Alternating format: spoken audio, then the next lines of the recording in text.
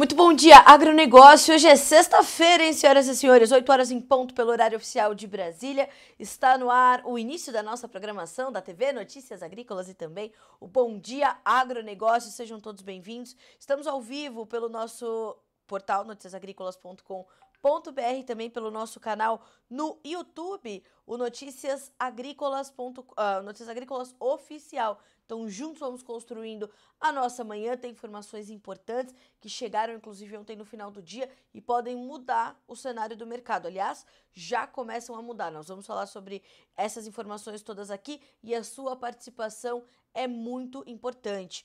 Vá trazendo de onde você nos acompanha, de onde você fala e ouve o Bom Dia Agronegócio, traga suas condições climáticas, traga a situação que você está vivendo por aí, enfim, todas as informações que sejam pertinentes e que você queira compartilhar conosco. E compartilhe também o próprio Bom Dia Agronegócio, que ele é importante para que mais pessoas sejam impactadas pelas nossas informações e vão sempre tomando decisões cada vez melhores. Então, senhoras e senhores, está começando o Bom Dia Agronegócio, onde você sabe antes e primeiro as informações que direcionam o seu dia e os seus negócios.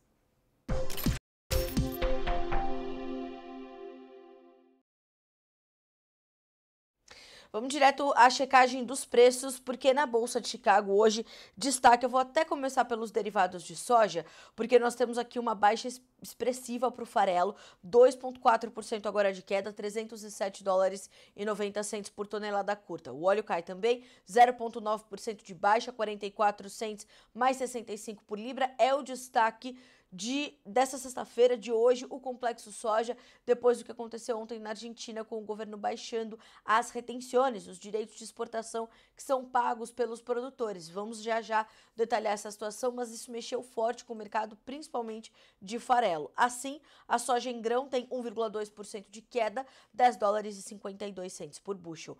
Milho, 4 dólares e 85, 0,7% também de baixa. O trigo também cede, 0,8% de recuo, 5 dólares e 49 centos por bushel. Aliás, coloque aí na sua agenda que ao meio-dia, na nossa TV Notícias Agrícolas, tem mercado do trigo para você aqui com representante da Stonex. Então vamos também entender como foi essa semana para o mercado do trigo, que esteve bastante volátil e pressionado. Ainda nas bolsas internacionais, agora para Nova York, nós vamos checar as soft commodities. O café recuando um pouquinho, realizando lucros depois das altas de ontem, 0,3% de baixa, são 3 dólares e 43, mais 8 por libra-peso. O açúcar, 19 centos mais 6 e 2% de alta. O mercado do açúcar vai aí numa trajetória importante de recuperação. Tomara que se sustente. O algodão, 0,9% de ganho, 68 centos mais 10 por libra-peso. O petróleo, este também indicando um dia positivo para o Brent, para o WTI e baixas de 0,5% de 0,5% para ambos. WTI, 75 dólares por barril, o Brent, 78 dólares e 69 centavos. O gás natural, 2,6% de queda. O ouro subindo 0,6%, a prata 1,8% de alta e o cobre 0,8% de avanço na manhã desta sexta-feira, dia 24 de janeiro de 2025. Vamos chegar também o dólar index, como é que ele está se comportando hoje. Também semana intensa e volátil para o dólar, de uma forma geral. O índice dólar, 0,5% de queda, 107 pontos mais 355. Perdeu 109, perdeu 108 e está ali lutando para se sustentar nos 107 pontos. Ontem no Brasil tivemos mais um dia de dólar em baixa, 0,3% de queda, o dólar comercial fechou o dia ontem com R$ 5,93. Essa movimentação do dólar também precisa ser considerada para o mercado de soja, dada a nossa competitividade, enfim, então isso ajudou, inclusive, ontem os preços a subirem. Não vale só para a soja, né, mas o café, por exemplo, parte dessas altas do café, elas passam também por esse ganho, ou melhor, por essa baixa do dólar frente ao real. Quanto mais alto está o dólar frente à moeda brasileira, mais competitivo ficam os nossos produtos e por isso essa movimentação é tão importante. 8 horas e 5 minutos pelo horário de Brasília, hora das nossas notícias da manhã.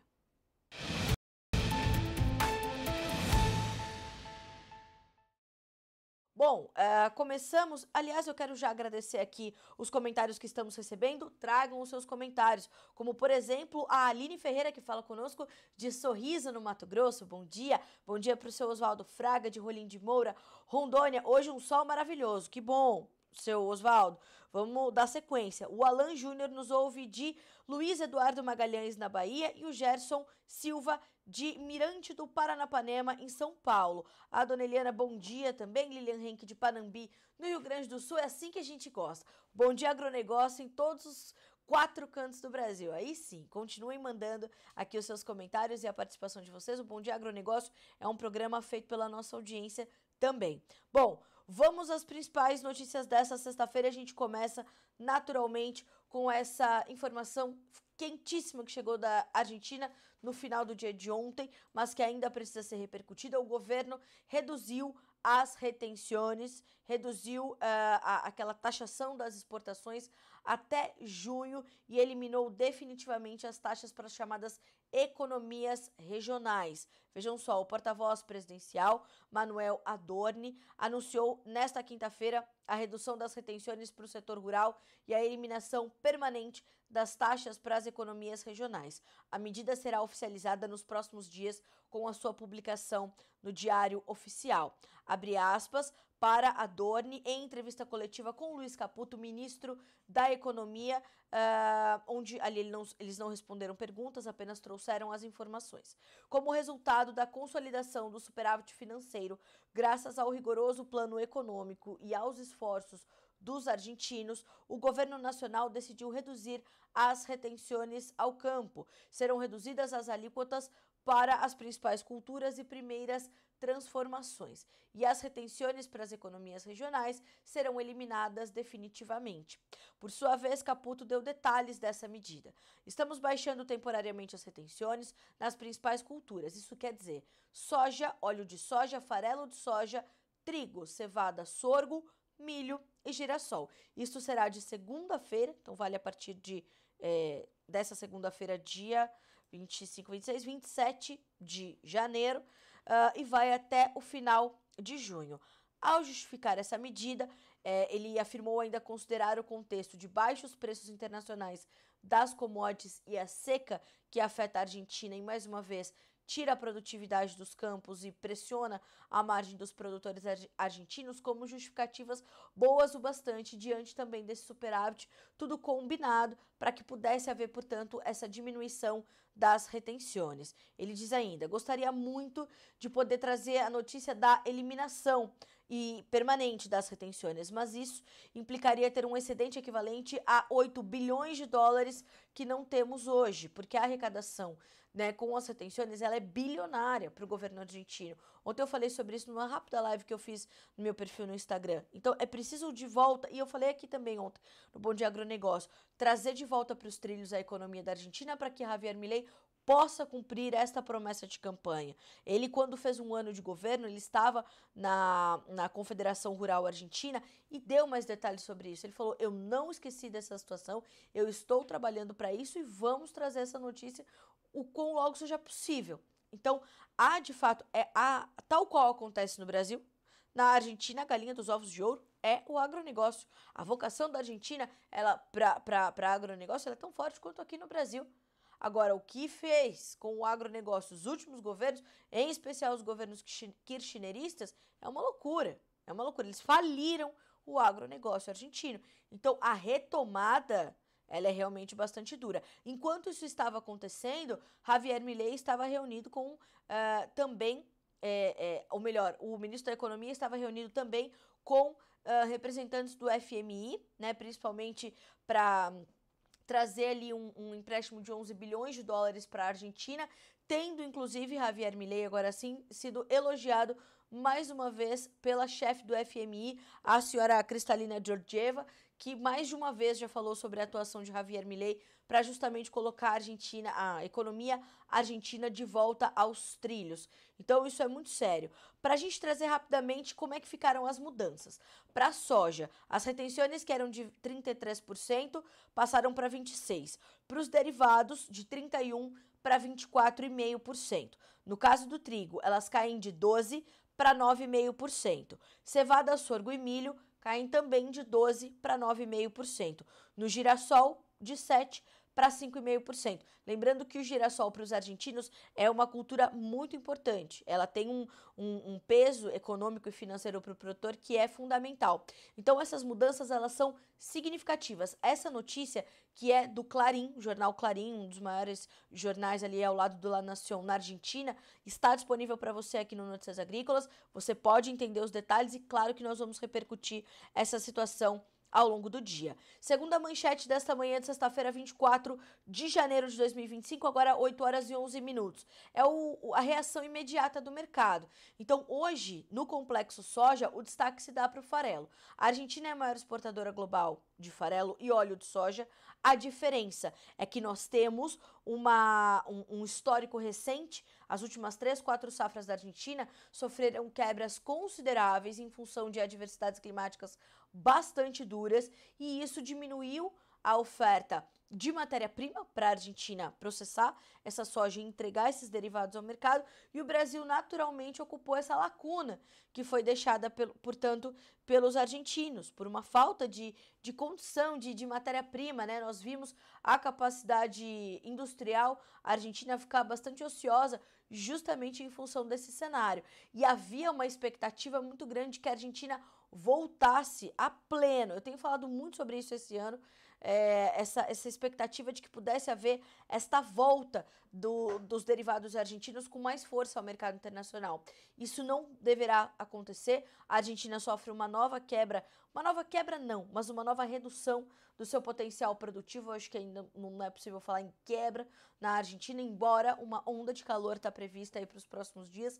Vejamos qual vai ser o impacto disso. Inclusive, essas condições de clima adverso por aqui tem sido a América do Sul, eu digo Brasil, Argentina, Paraguai, principalmente, pensando nessa tríade de produção aqui na América do Sul. Nós sabemos que da América do Sul sai uma parte importante da oferta global de soja. Diante dessas adversidades climáticas, nós estamos falando de uma diminuição, portanto, mais uma vez, dessa oferta que vem daqui.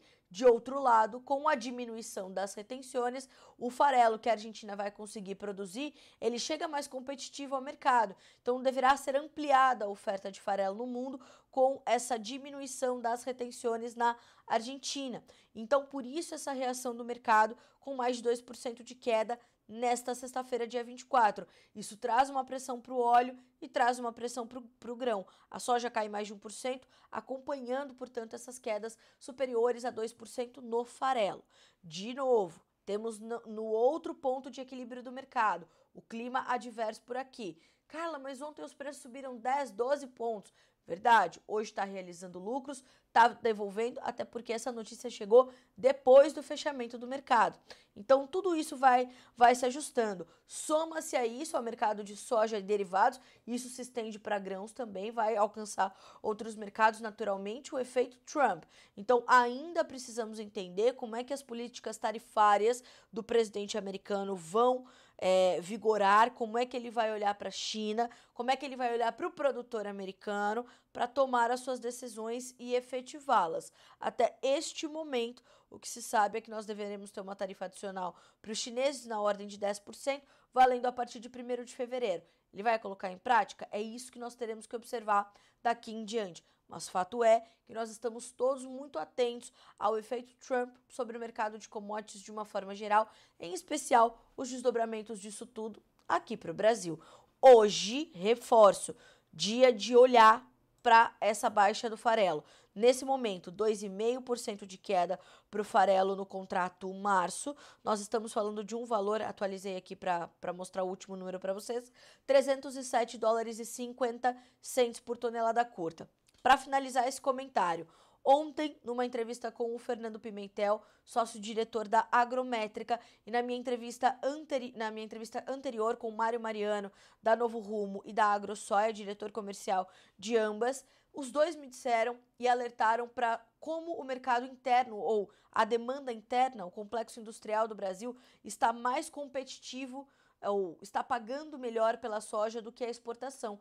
Nesse momento, nós temos uma demanda considerável pela soja brasileira aqui dentro, porque há espaço para os nossos derivados no mercado externo, e isso movimentou, então, a indústria de forma tal que, neste momento, nós temos a indústria pagando melhor que a exportação, o que poderia trazer ali inclusive, né, alguma oportunidade melhor de venda para o produtor que precisa fazer novos negócios nesse momento. Então, vale a pena estar de olho nessas informações e entender se essas informações se adequam a você também. 8h16 pelo horário de Brasília. Ainda falando de soja, preços e taxações.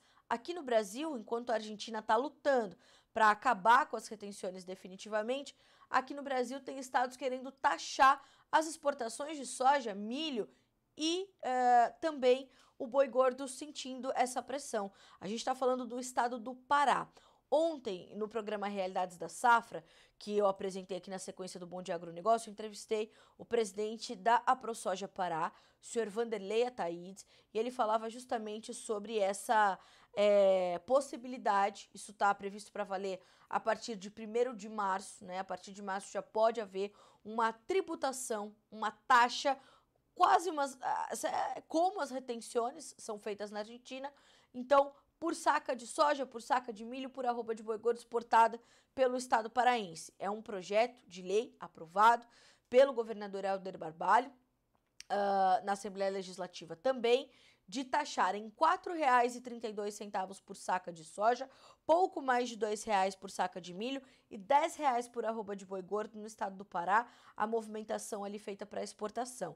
Quando a gente olha para a soja paraense, nós estamos falando de mais de 95% da soja seguindo para exportação.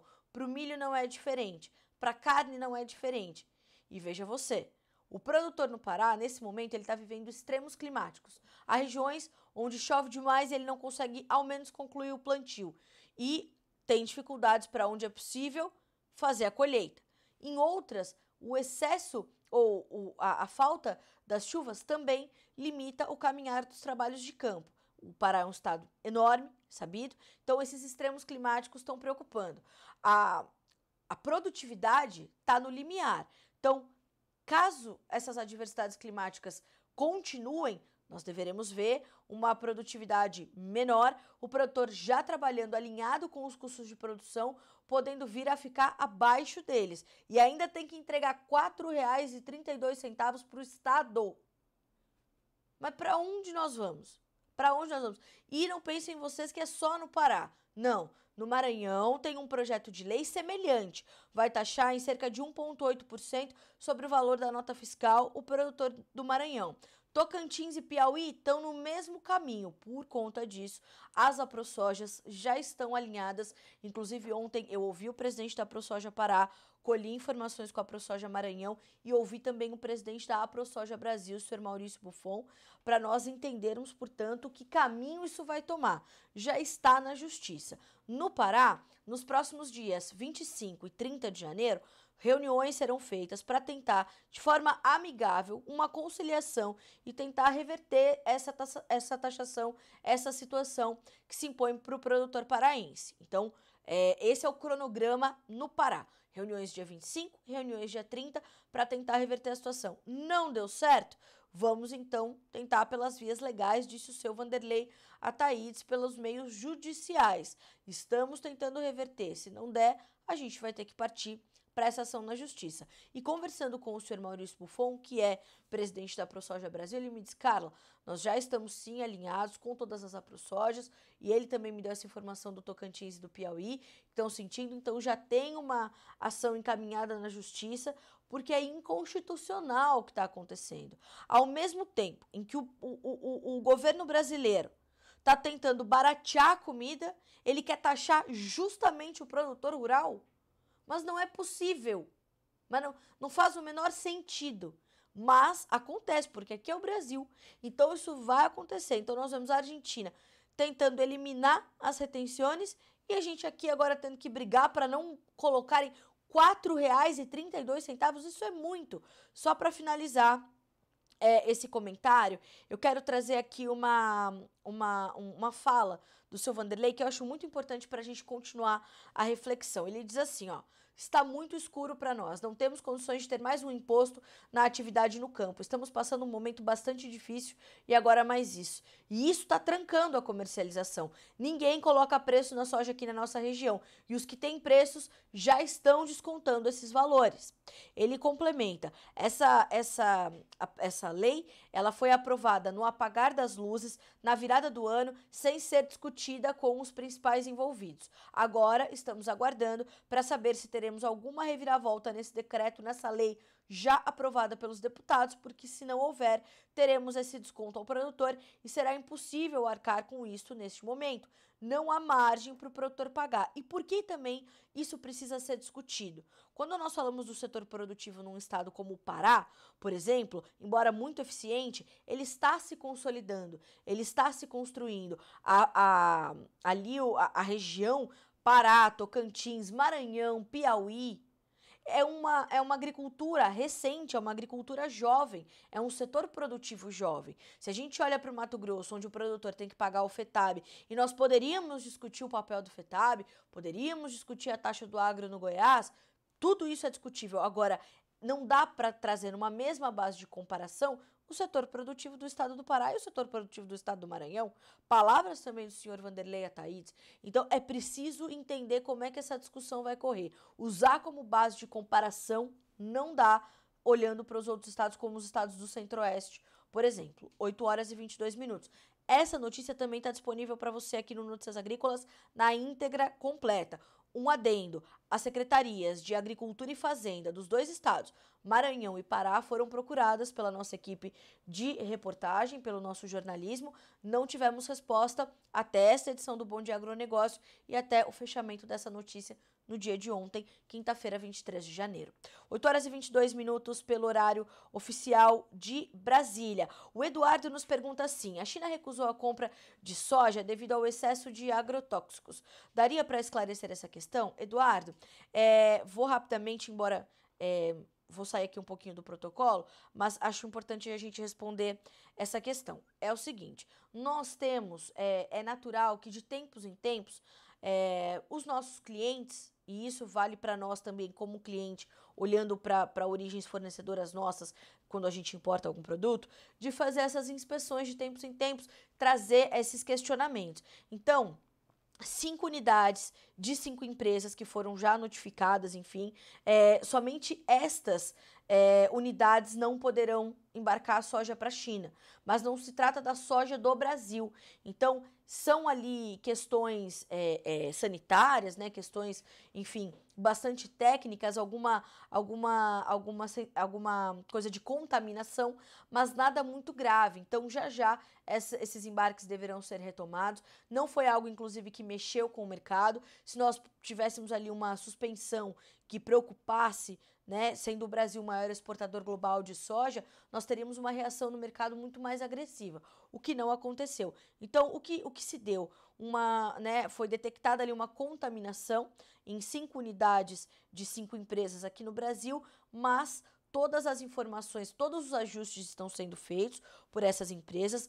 Todas as informações em relação ao que está acontecendo, então logo isso seja resolvido, estão sendo repassadas às autoridades chinesas pertinentes a essa situação, e isso deverá ser, como eu disse, tão logo seja possível, retomado. Então não deve ter grande impacto não no nosso volume de soja exportado. Não é algo que vai trazer mais desdobramentos. Obrigada pela sua pergunta. É muito importante que a gente continue a falar sobre isso. Ontem a gente deu essa notícia aqui no Bom Dia Agronegócio, né, os desdobramentos, porque a notícia já é de quarta-feira, demos ela, tão logo foi informado, demos aqui no Notícias Agrícolas.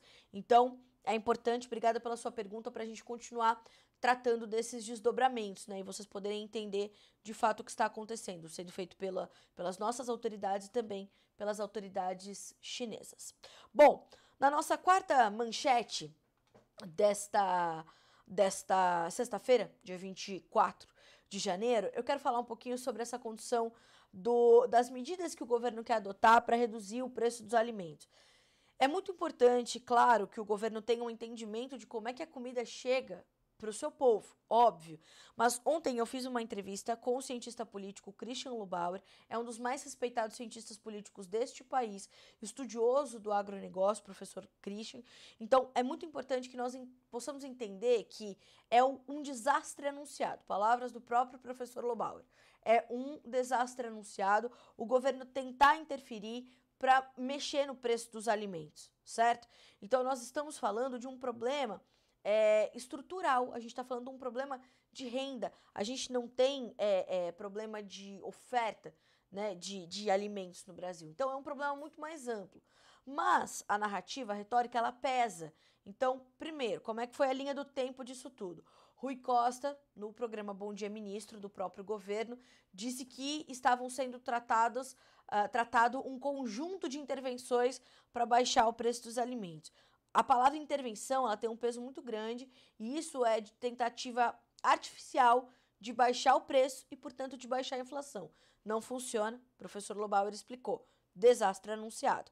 O que vem na sequência? O governo e o ministro se retratando, dizendo, não, eu não quis dizer intervenções, eu quis dizer medidas, é um conjunto de medidas. Mas há uma dificuldade para isso, porque existe a lei máxima do mercado, que é a lei de oferta e procura.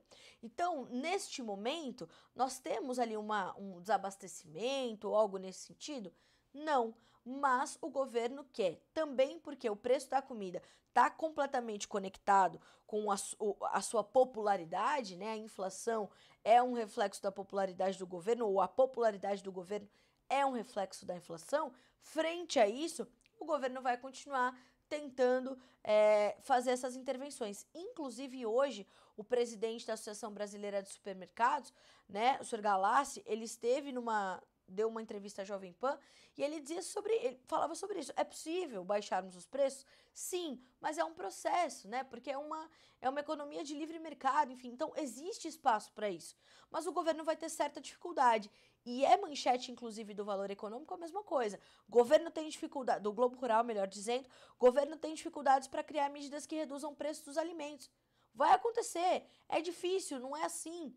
Né? Não é na canetada ou de forma artificial. É muito grave. O governo federal tem encontrado dificuldades na formulação de medidas para tentar baratear os preços da comida que vai para a mesa dos brasileiros. Sem espaço fiscal para aumentar gastos públicos e consciente do estrago que ações mais intervencionistas poderiam causar no mercado, as medidas governamentais em gestão para atacar a inflação dos alimentos podem não ter efeito de curto prazo, como pretende o presidente Lula.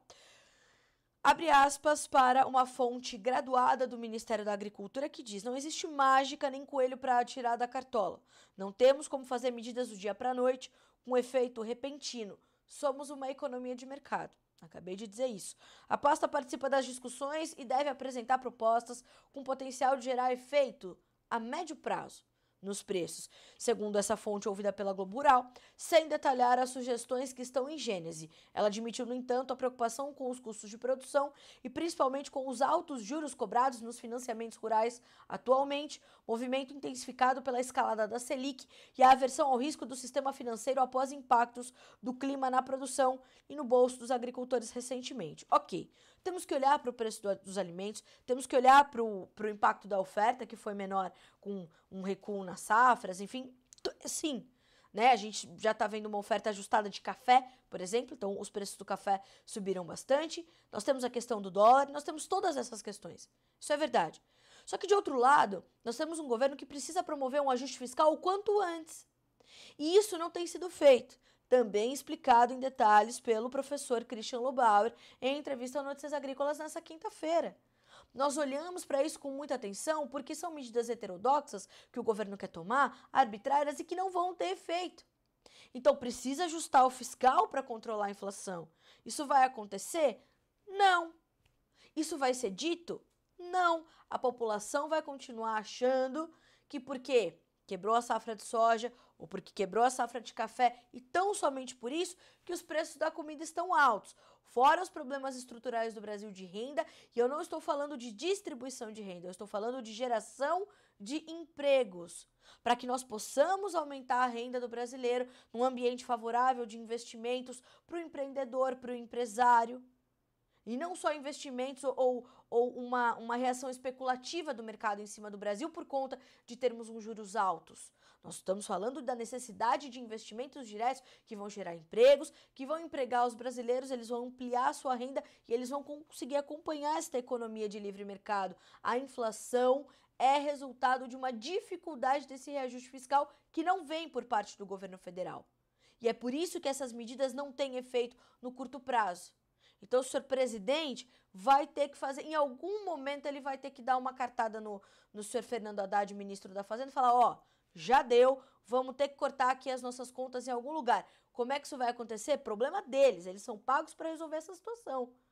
Nós precisamos continuar noticiando e ampliando o alcance da informação. Isso é fundamental. 8 horas e 31 minutos pelo horário oficial de Brasília.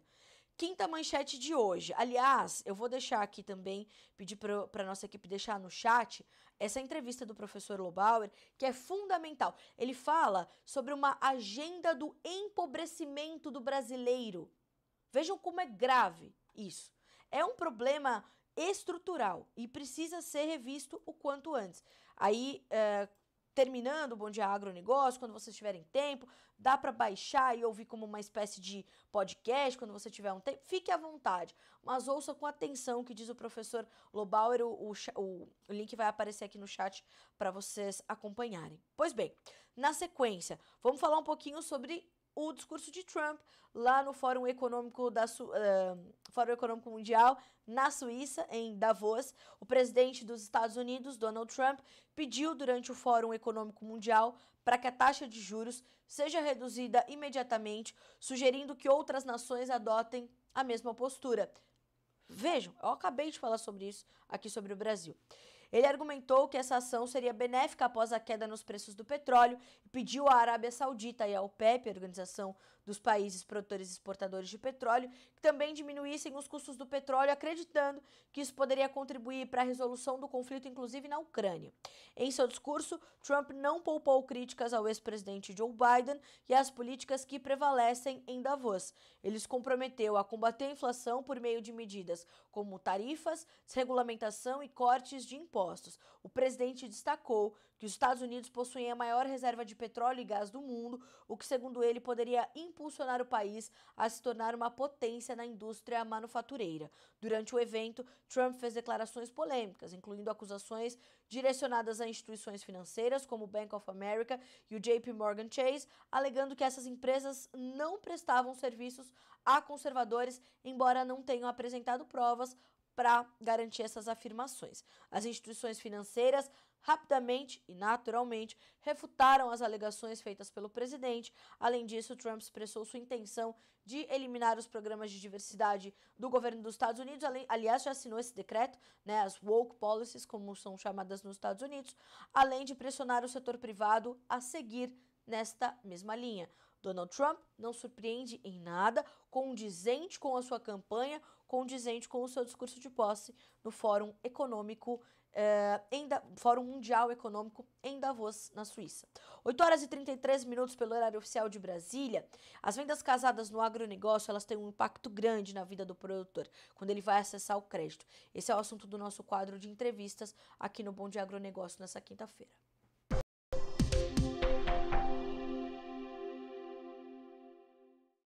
Para nos ajudar a entender o que está acontecendo, e tem uma ação grande sendo movida pela ABD Agro, que é a Associação Brasileira em Defesa do Agronegócio. Nós recebemos o seu presidente, o senhor Rafael Barra, nesta manhã de sexta-feira, aqui no Bom Dia Agronegócio, para justamente entender o que está acontecendo, o que promoveu, né, essa iniciativa da ABD Agro. Rafael, bom dia, seja bem-vindo. É um prazer ter você conosco mais uma vez aqui no Bom Dia Agronegócio.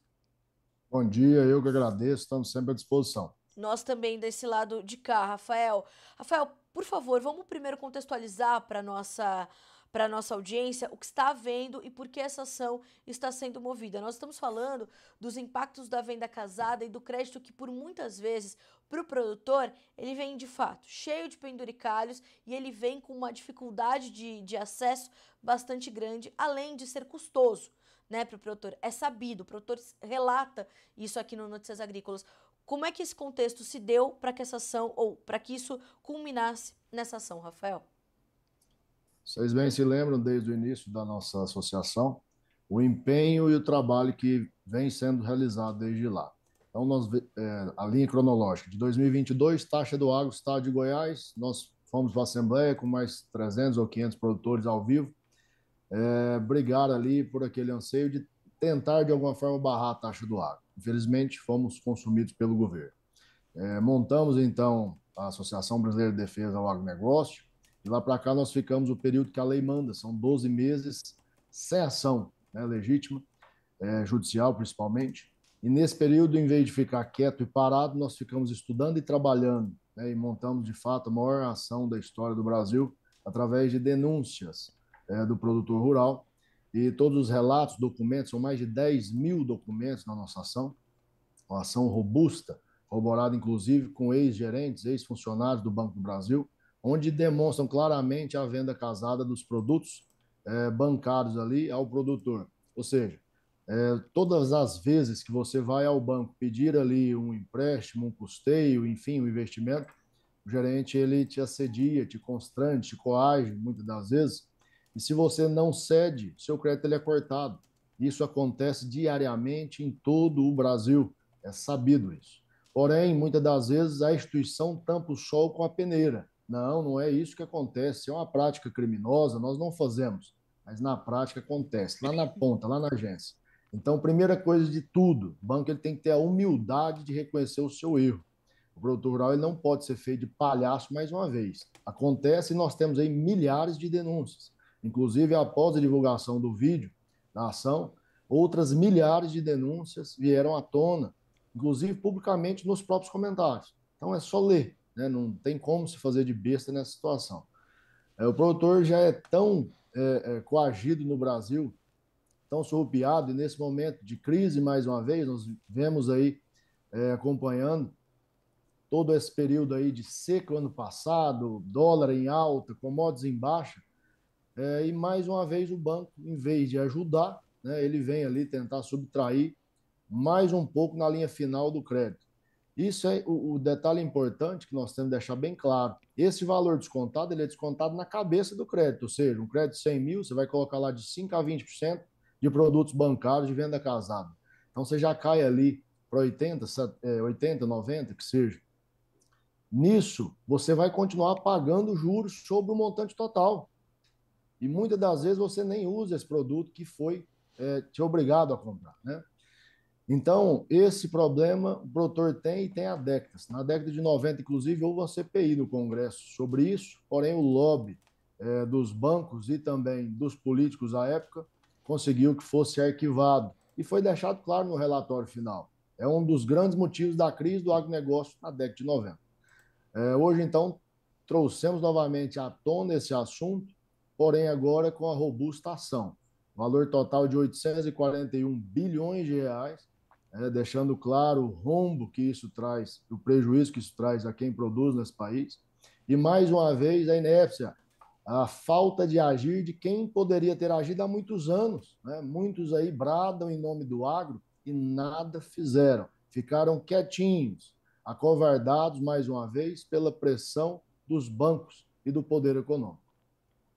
Bom, Rafael, como é que uma ação dessa proporção, dessa magnitude, ela é construída, né? Nós estamos falando de produtores, eu imagino, do Brasil inteiro. Nós estamos falando de, você citou 10 mil documentos. Como é que se constrói uma ação dessa? Porque nós estamos aqui vendo, né, como é que essas exigências estão postas. Então, por exemplo, nós estamos falando de 360 bilhões de reais como repetição do indébito em dobro, 150 bilhões para compensar os danos morais individuais sofridos pelos produtores rurais, mais 179 bilhões em dano social, 50 bilhões em danos morais coletivos, mais de 70 bilhões pela inversão da cláusula penal, penalizando o banco por suas práticas abusivas, ao invés de penalizar os produtores. Como é que se constrói, como é que foi o caminho para a construção dessa ação gigante?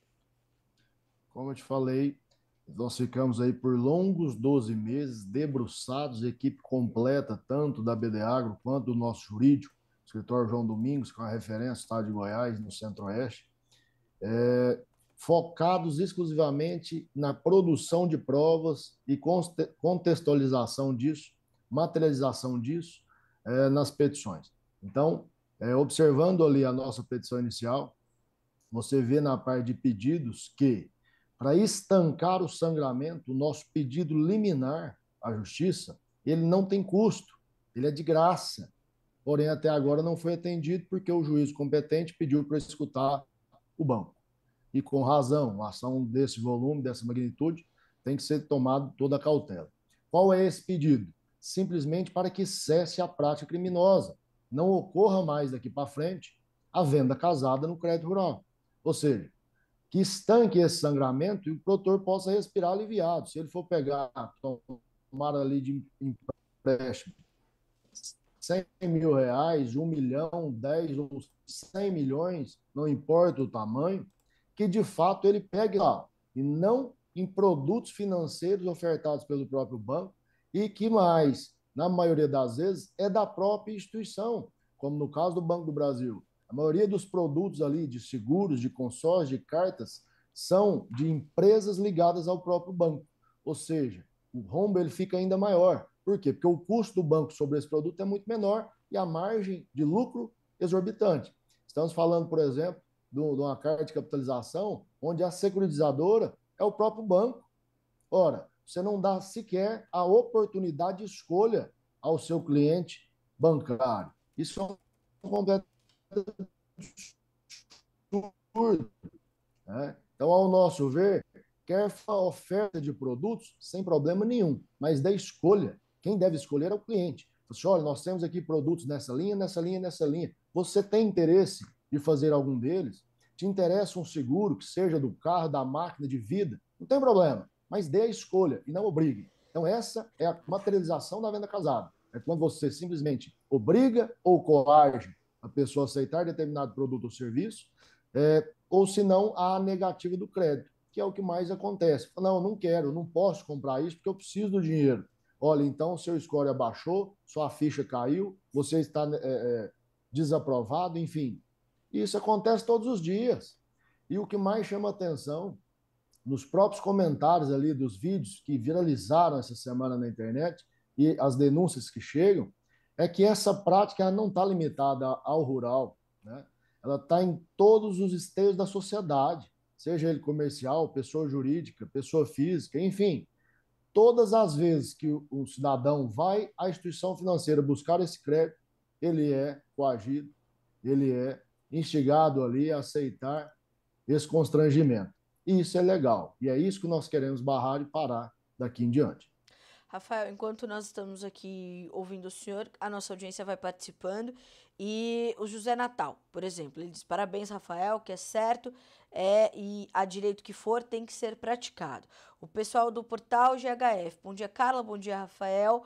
Esse assunto é tão antigo, é verdade, né, Rafael? A gente já fala sobre isso há muitos anos e ele vai mais além. Sim. Ó, nos anos 80, trabalhamos na carteira de crédito rural e essa prática era rotineira.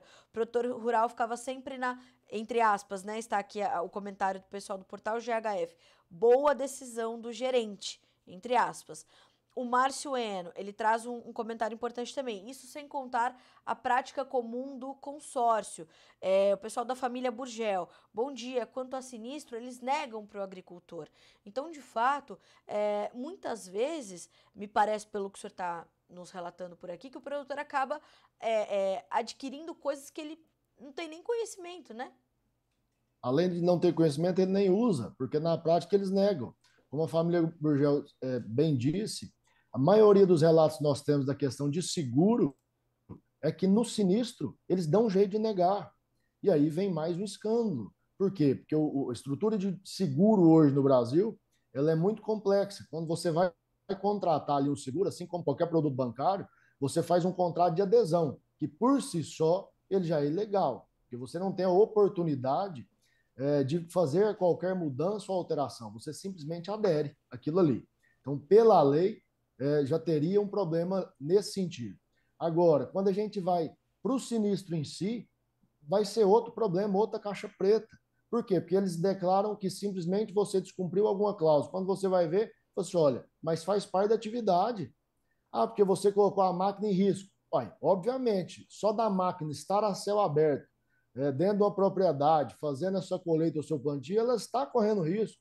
Como é que deve ser então? Ela deve estar pendurada num pedestal? Isso é um absurdo. Então, voltando mais, inclusive, na questão do consórcio, muitos relatos que o consórcio, o valor total da carta, ele chega às vezes a 30, 40, 50% do crédito contratado.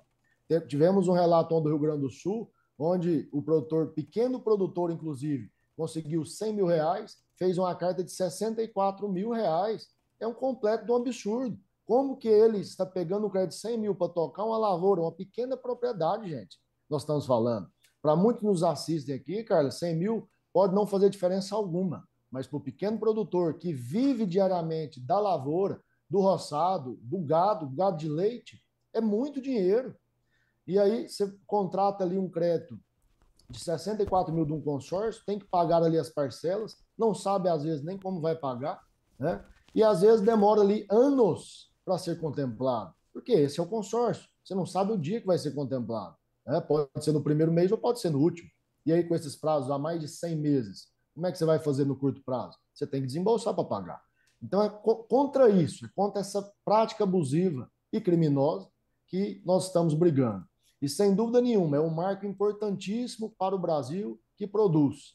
Porque se nós não nos unirmos, eu falo isso há meses, há anos, você bem lembra, todas as vezes que nos acompanhou aqui nos nossos eventos, no nosso congresso, eu sempre falo, o produtor rural ele tem que se unir. Infelizmente, hoje nós estamos desunidos. Porém, se não houver essa união, nós não vamos conseguir vencer o sistema. O sistema tem todos os tentáculos ali enraizados, tanto na parte bancária, tanto na parte política, tanto na parte comercial, está em todos os lugares. Essa prática ela está enraizada. Se nós não nos unirmos, nós vamos perder mais essa batalha. E daqui uns dias a guerra. Aí nós podemos fechar o Brasil, vamos entregar para os índios, entregar para quem quer que seja. Porque sem o agro não existe Brasil. Fique claro isso. Rafael, o nosso tempo está bastante ajustado, mas eu vou ainda ver se o senhor consegue me responder em um minutinho o que acontece desse ponto para frente. Nós estaremos juntos em outras oportunidades para ir acompanhando essa ação, mas infelizmente pelo nosso tempo, eu queria saber se o senhor consegue me explicar em um minutinho o que acontece a partir de agora. Qual o próximo A partir passo? de, a partir de agora, essa ação ela vai correr o trâmite normal de uma ação civil pública. No momento oportuno que houver o julgamento, nós estaremos aqui novamente divulgando esse resultado. Que Deus nos abençoe, que seja positivo em favor do agro. E vamos até as últimas instâncias, que seja ela até o Supremo Tribunal Federal, sem problema algum. A briga é grande, nós estamos preparados e seguramente cobertos de razão. Ao final dessa ação, quando der, não tem problema nenhum. Isso não é rápido, tá? Que fique bem claro. Essa ação vai demorar anos, se não décadas, dependendo do lobby que eles fizerem lá. No final dela, havendo um julgamento procedente do nosso pedido de restituição desse pagamento que foi feito ilegalmente, nós vamos ter ali precisar da adesão de todos os produtores que foram lesados nos últimos 10 anos, ou seja, ingressamos com ela em 2024, então 2014 a 24, que operaram o crédito rural, para que faça ali a execução de sentença no momento oportuno. Ou seja, vai levantar ali qual foi o seu prejuízo pelos seus contratos, o juiz já despacha sem observar o mérito, você vai só cumprir a sentença. Isso é um avanço muito grande e é por isso que a entidade de classe serve, né? Para de fato agir na coletividade. Nessa ação exclusiva, cara, deixando claro, a BD Agro ela agiu em nome de todos os produtores rurais do Brasil, tá? Não só os filiados, que é o que mais acontece. Existe essa casta, né, das associações querendo agir só para o próprio umbigo. BD Agro não. Ela veio de fato para agir em nome da coletividade. Então, essa ação foi proposta em nome de todos os produtores rurais do Brasil que tiveram ali algum prejuízo nessa prática de venda casada no crédito rural dos últimos 10 anos. Bom, Rafael, eu quero muito lhe agradecer e manter as portas do Notícias Agrícolas abertas para o senhor, para a BD Agro, para a gente continuar acompanhando todo esse processo juntos e dando respostas, portanto, aos produtores. Muito obrigada mais uma vez por estar conosco. Um ótimo final de semana para o senhor e muito trabalho, bom trabalho para vocês, que tudo corra da melhor forma possível. Obrigada, Rafael. Eu agradeço sempre o espaço, o carinho de vocês e deixo claro, semana que vem nós possivelmente estaremos aqui novamente. O governo do Pará instituiu a taxa do agro do estado do Pará, a mesma que fizeram aqui no estado de Goiás e a mesma que já existe no Mato Grosso há 24 anos. A gente vai falar sobre isso com certeza com o senhor. Vamos tratar desse assunto. Obrigada, Rafael. Boa sexta-feira para Obrigado. você. Para vocês.